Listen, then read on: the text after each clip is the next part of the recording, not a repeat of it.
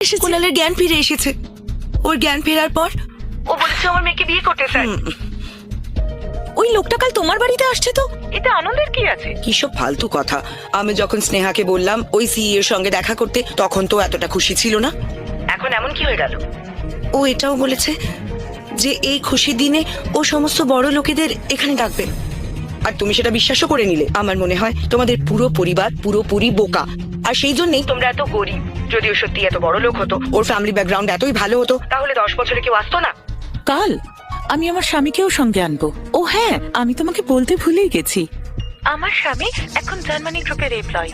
তুমি ওই গ্রুপ সম্পর্কে তো জানোই, তাই না? আমি জানি না। তুমি জানো না? এটা খুব বড় বিজনেস গ্রুপ এই শহরের, আর শর্মা ফ্যামিলি এই শহরের সব থেকে ধনী পরিবার। আর নিজেকে দেখো, স্নেহার বিয়ে এরকম খারাপ লোকেদের সাথে করাচ্ছ। ওখানে বিয়ে হলে ও তো শুধু কষ্টই পাবে। তুমি চাইলে আমি অন্য কারোর সাথে কথা বলবো।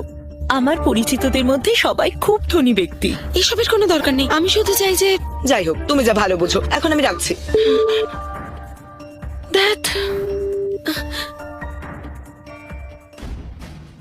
নমস্কার স্যার, আমরা পুরো আফ্রিকা পর্যন্ত খুঁজেছি, কোথাও আপনার নাতির সন্ধান পাইনি।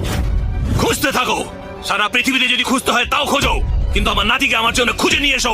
ঠিক আছে স্যার।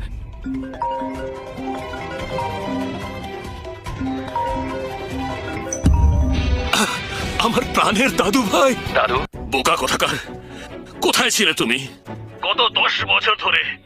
তুমি কি ভাবতে পারছো তোমার জন্য কত কষ্ট পেয়েছি? গত 10 বছর ধরে আমি কোমায় ছিলাম, অজ্ঞান অবস্থায়। এখন রানাঘাটে আছি।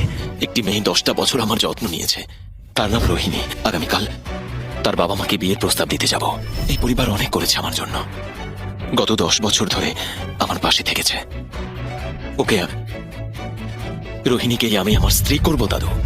ওরাই হবে রানাঘাটের সবচেয়ে ধনী পরিবার। ওদেরকে আমি প্রতিষ্ঠিত করব, আমি ওদের পাশে থাকব। আজ ওরা না থাকলে তোমার নাতি কখনো ফিরে আসতো না দাদু। তুমিও পাশে থেকো। এটা কি সত্যি? কি ভালো আর ডেডিকেটেড একটা মেয়ে। আজকালকার দিনে কি এত ভালো মেয়েও হয়? যদি তুমি 10 বছর কোমায় থাকতে, তাহলে তোমার বউ কি তোমার জন্য অপেক্ষা করে বসে থাকতো? স্যার 10 বছর তো ছাড়ুন, 10 মাসেই অন্য কারোর সাথে পালিয়ে যেত। এটা তোমাদের পরিবারের সৌভাগ্য। এবার আমি আমার নাতির বিয়ে করাবো। আমার বিশ্বাস পৃথিবীর সব থেকে বড় লোক মেয়েও ওর সামনে কিচ্ছু না। এখনো আমার পরিবারের কেউ না। ওকে আমি আমার পরিবারে বৌমা করে নিয়ে আসবো। আমাদের পরিবারের দিল্লিতে কি বিজনেস আছে? আমাদের গ্রুপ অফ কোম্পানিজে অনেক বড় বড় কোম্পানি আছে, যেটা সব থেকে বড় কোম্পানি তার হেড অফিস দিল্লিতেই আছে।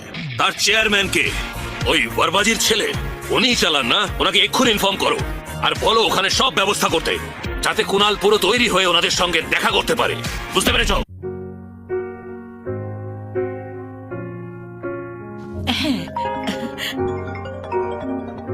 বলো। রোহিণী, তুমি প্রস্তুত হয়েছো? হ্যাঁ, আমি রেডি আছি।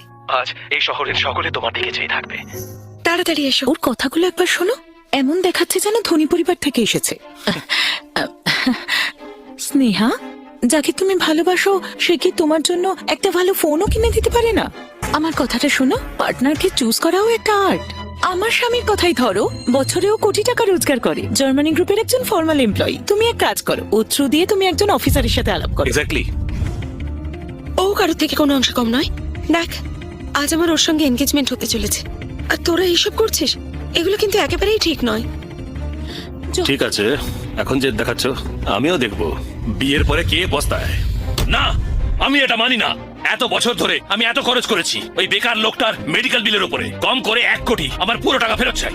হ্যাঁ, ঠিক বলেছো। যদি পুরোটা না হয়, অন্তত অর্ধেকটা তো আমার পরিবার পাবেই। নইলে আমাদের থেকে কিচ্ছু আশা করো না। কুনালের তো সবে জ্ঞান ফিরেছে, 1 কোটি টাকা কোত্থেকে দেবে? আমাদের ওকে বিরক্ত করা উচিত। তাহলে ঠিক আছে, ওকে বাদ দাও, ওকে বারণ করে দাও। আমি কাউকে চিনি যে 10 বছরে 10 কোটি টাকা রোজগার করে। বয়সটা একটু বেশি, 50। রোহিণীর বিয়ে ওর সাথে করিয়ে দাও। একটু বয়সে বড়, কিন্তু দেখতে বেশ ভালো, আর ওনার স্বাস্থ্য ভালো। আর আমি আসলে এটা বলছিলাম, তোমরা আমার বিয়ের জন্য একদম চিন্তা করো না। আমি আমার নিজের জীবনের সিদ্ধান্ত নিতে পারি। আরে আমি যাকে বিয়ে করি না কেন, তোমাদের তাতে কি যায় আসে? আমি তোমাদের ইনভাইট করেছি কারণ আমি তোমাদের আশীর্বাদ পেতে চাই, কিন্তু তোমরা এরকম করলে তোমরা যেতে পারো। এটা তুমি কি বলছো? আমরা তো একটাই পরিবার নাকি? আমাদের বেরিয়ে যেতে বলছো? আর একটা কথা বলে দিই, যাকে তুমি এই পরিবারে জুড়তে চাইছো সে আজ আমাদের থেকে বড় হয়ে গেল। এই জন্যই তোমরা গরিব আর আমাদেরকে বার করে দিতে চাইছো। হ্যাঁ, আমরাও যদি বেরিয়ে যাই তো তোমাদের পাশে আর কে দাঁড়াবে? যদি ব্যাপারটা এরকম হয় তাহলে আমার সাথে সম্পর্ক রেখো না। আমি আরো আমাদের মতো ভালোই থাকবো। ঠিক আছে, চলো আমরা চলে যাই। আমাদের পরিবারের আশেপাশেও এসো না, আর আমাদের সাথে কোনো যোগাযোগও রেখো না। স্নেহা, তোমায় একটা পরামর্শ দিচ্ছি, লাইফে একটু প্র্যাকটিক্যাল হও। ঈশা, তুইও যদি এরকমই ভাবিস তাহলে তুইও যেতে পারিস। তোমার কি মনে হচ্ছে আমি বাজে কথা বলছি? তোমাকে দেখে আমার কষ্ট হচ্ছে। তোমার কি মনে হচ্ছে তুমি কোনো রাজপুত্রকে পেয়ে গেছো? তুমি একজন গরিব ছেলেকে বিয়ে করছো আর ভাব করছো মহারানীর মতো। তোমার কি মনে হয় আমরা এখানে আসতে চেয়েছিলাম? তোমার আর তোমার হাজবেন্ডের এঙ্গেজমেন্টে আমাদের কি এসে যায়? কে বলতে পারে তোমরা আরো কতজন লোকের জীবন খারাপ করবে? এত দুর্ভাগ্য যেন কারুর না হয়। আমরা যাচ্ছি। যখন কেউ গরিব হয় তখন তার কেউ পরোয়া করে না, কিন্তু যখন কেউ বড়লোক হয় তখন আত্মীয়দের পেছনে ছেড়ে দিতে হয়। চলো যাই। কেউ গরিব হলে চলো, আমরা যাই। শহরের কেউ তাকে আমরা পাত্তা এদের দেয় না। ঝামেলায় কিন্তু থাকবো সে না। যদি কখনো ধনী হয় এরা তখন আবার বহু কি? দূর সম্পর্কের আত্মীয়রাও তার কাছে আসে। বুঝতে তাকে পারছি তখন না। তারা নিজের বলে। ইনিও তেমন একজন অসাধারণ নারী। ম্যাডাম, আমি সূর্য সিংহ, সেন পরিবারের নির্দেশে আপনার বিয়ের উপহার নিয়ে এসেছি। 3টে উপহার এনেছি আমি। এই আবার প্রথম কি? উপহার, যা আপনার উদ্দেশ্যেই দেওয়া হয়েছে, ঝিনুক গ্রুপের সমস্ত শেয়ার।